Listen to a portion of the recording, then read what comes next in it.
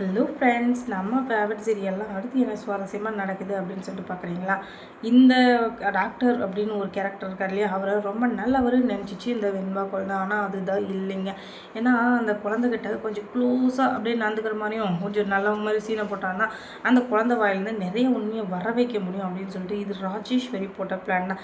அந்த பிளானில் தெரியாமல் வந்து சிக்கிக்கிடுச்சு அதே குழந்தை. ஆனால் அந்த குழந்தை வந்து பிரில்லியண்ட்டான குழந்தை அப்படின்னு சொல்லிட்டு இந்த ராஜேஸ்வரிக்கு தெரியாது போல்.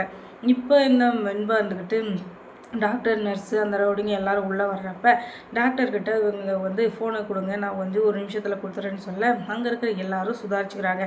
கொஞ்சம் நல்ல பேர் வாங்கணும், இதெல்லாம் பண்ணித்தான் ஆகும் அப்படின்னு சொல்லிட்டு டாக்டர் வந்து அங்கே இருக்கிற எல்லாரையும் வெளியே அனுப்புகிறாங்க. அதுக்கப்புறம் இந்த குழந்தை ஃபோனை பண்ணி அவங்க அப்பா கிட்ட பேச அவங்க அப்பாவுக்கு லைனே போகலை. ஆனால் டவர் அப்படின்னு ஒன்று கிடைக்குது.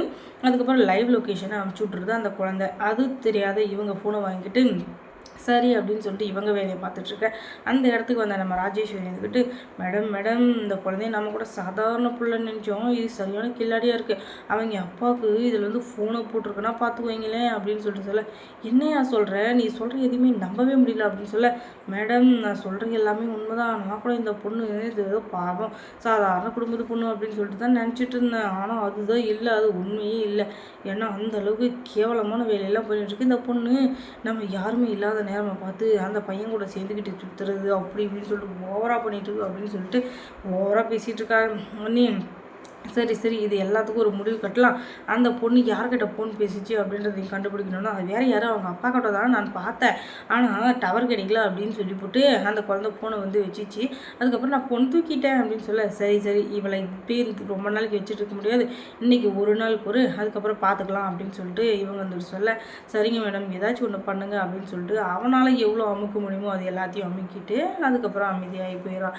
அதுக்கப்புறமா நம்ம விஜய் இருந்துக்கிட்டு நம்ம குழந்தை வந்து நமக்கு லைவ் லொக்கேஷன் அனுப்பிச்சிச்சு இல்லையா, அந்த லைவ் லொக்கேஷனை பார்த்து அந்த குழந்தை எங்கே இருக்குன்னு கண்டுபிடிக்கணும் அப்படின்னு சொல்லிட்டு கடகடன்னு விறுவிறுன்னு அந்த இடத்துலேருந்து கிளம்புறப்ப அவங்களுக்கு எல்லாமே நல்ல சகுனம் மாதிரி தான் தெரியுது, எந்த ஒரு அபசகுனமும் இல்லாத.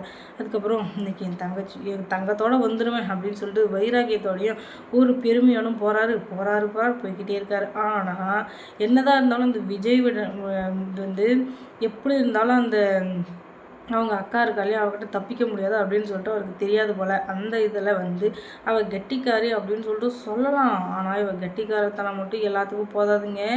என்னதான் இருந்தாலும் ஒரு பாரசீக உணர்வு அப்படின்றது எப்போவுமே இருக்கணும் நம்ம வீட்டில் நம்ம அப்படின்னு சொல்லிட்டு. அது இல்லைன்னு வச்சுக்கோங்களேன், எல்லாரும் நடுத்தெருவில் தான் நிற்கணும். அதுவும் இல்லாமல் இருக்குது அப்படின்னு சொல்லிட்டு தர்பார் என்பதை யோகிக்காமல் இருக்கும்போதே சிக்கனமாக செய்தால் பிறகு எல்லாமே நன்மையாகவே வந்து சேரும் அப்படின்னு சொல்லிட்டு இந்த இதை முடிச்சுக்கலாம். அதுக்கப்புறமா நம்ம மல்லி இருந்துக்கிட்டு, என்னடா இது இவர் காலில் போனவர் எங்கே போனார்னே தெரியல அப்படின்னு சொல்லிட்டு இவருக்கு ஒரு பக்கம் மறுபடியும் ஃபோனை அடித்து எங்கன்னு கேட்டுட்ருக்க. அந்த பதிலும் சொல்லவே இல்லை நம்ம விஜய். இவளுக்கு எதுக்காக நம்ம சொல்லணும் அப்படி இப்படின்னு சொல்லிட்டு இவர் யோசிக்க, சரி இவங்க இப்படி தான் போல அப்படின்னு சொல்லிட்டு இவங்களும் இருக்க, சரிடா இதையே பேசிட்டு இருந்தால் எதுவும் ஆகாது, நம்ம பிள்ளைய நம்ம தான் பார்க்கணும்னு சொல்லிட்டு இவங்க பறந்தடிச்சிட்டு ஓட. ஆனால் அங்கே நடக்கிற எல்லாமே பெரிய பெரிய ட்விஸ்டாக இருக்கிறது. ஏன்னா நம்ம நினைக்கிற எல்லாமே நடந்துச்சுன்னா அப்புறம் வாழ்க்கை அப்படின்றது எதுவுமே இல்லைல்ல.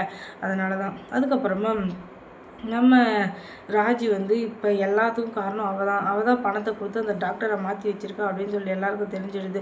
அதனால் சித்தார்த் இதுக்கிட்டு அந்த அவங்க வீட்டிலேருந்து கொண்டு வந்த எல்லாத்தையும் யூஸ் பண்ணுற மாதிரி யூஸ் பண்ணிவிட்டு அப்படியே ஒவ்வொன்றையும் தூக்கி வெளியே போட்டுடுறாரு. வெளியே போட்டால் எடுத்துருவாளோ அப்படின்ற ஒரு பயத்தில் சரி இது எல்லாத்தையும் நெருப்பு வச்சிடலாம் அப்படின்னு சொல்லிட்டு நினைக்கிறாங்க. ஆனாலும் அது கொஞ்சம் டைம் வேணும் அப்படின்னு சொல்லிட்டு நினைக்கிறாங்க. ஏன்னா வேலை அப்படின்னு வந்துச்சுன்னா எத்தனை வேலையை பார்த்தாலும் அந்த வேலை மட்டும் குறையவே குறையாது.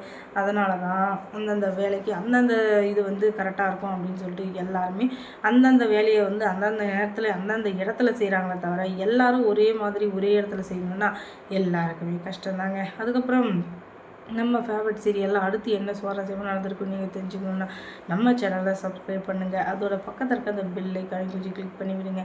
தொடர்ந்து அந்த சேனலுக்கு சப்போர்ட் கொடுங்க. அதோட மல்லி சீரியலில் யார் உங்களுக்கு பிடிக்கும், யார் உங்களுக்கு பிடிக்காது அப்படின்றத கமெண்ட்ஸில் சொல்லுங்கள். தேங்க்ஸ் ஃபார் வாட்சிங்.